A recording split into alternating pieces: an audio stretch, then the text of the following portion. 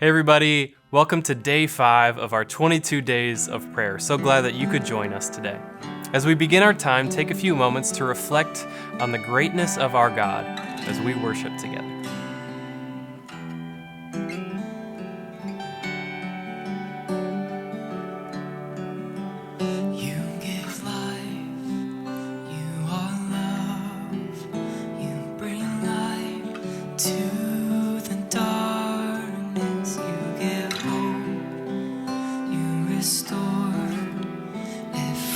Heart that is broken.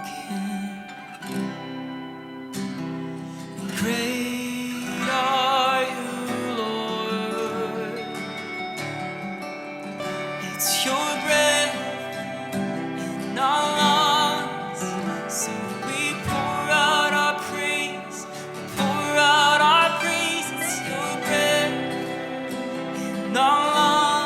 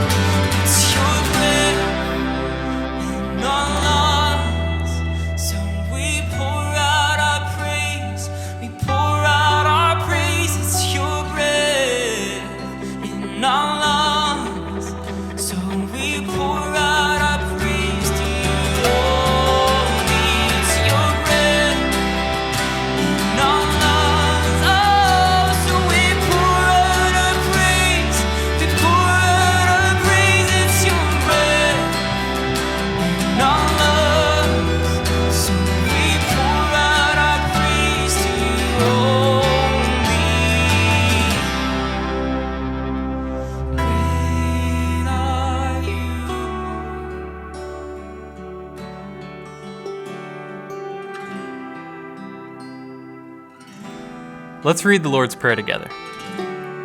Pray then like this: Our Father in heaven, hallowed be your name.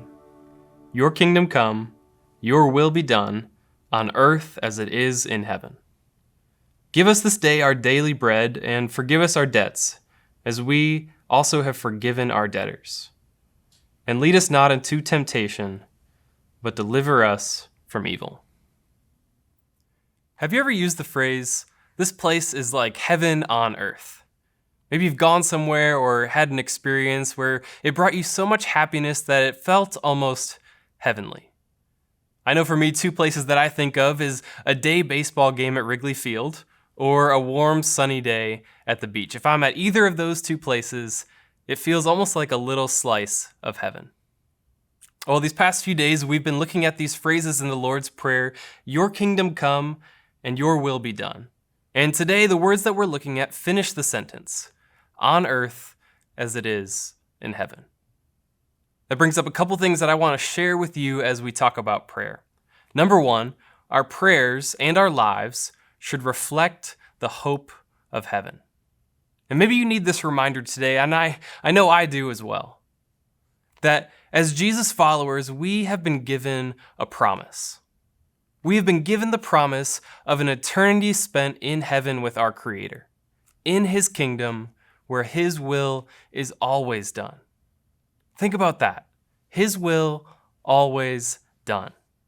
That means we've been given this promise of an eternity free from things like pain and death and suffering, where we're free from pandemics and election seasons, where we are free to simply worship and fellowship together with complete joy. And when challenges come up in our lives here on this earth, and haven't they for all of us recently, our hope is not anchored in God fixing those things in the way that we want Him to.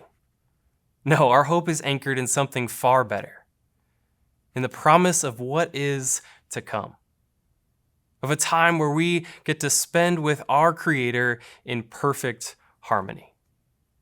Does your life, does my life reflect that hope? Do our prayers reflect that hope? And then the second thing, and this is the hard one, on earth as it is in heaven. In other words, that promise that we've been given, everything that we know that heaven will be, all of the peace and harmony and joy that we're going to have, those are the very things that we should be praying for here on this earth, in our lives, in our families, in our communities. Now, that seems impossible, doesn't it? And ultimately, no, we won't fully realize those things this side of eternity. And yet, we have been called to pray for them anyways.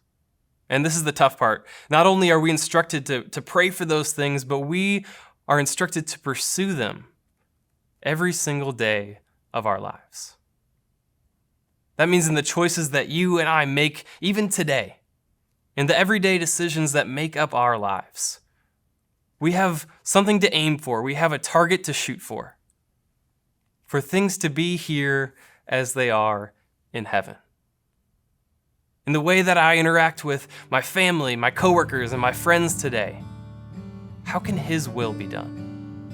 In the way that we interact with our possessions and think about the future, our filter is this: His kingdom, His will, not mine. And as difficult as that can be, and as strange as that may seem, every time we make one of those choices, more than any baseball game or day at the beach, we make things on earth as they are in heaven. Today, I want to encourage you to pray for these three things.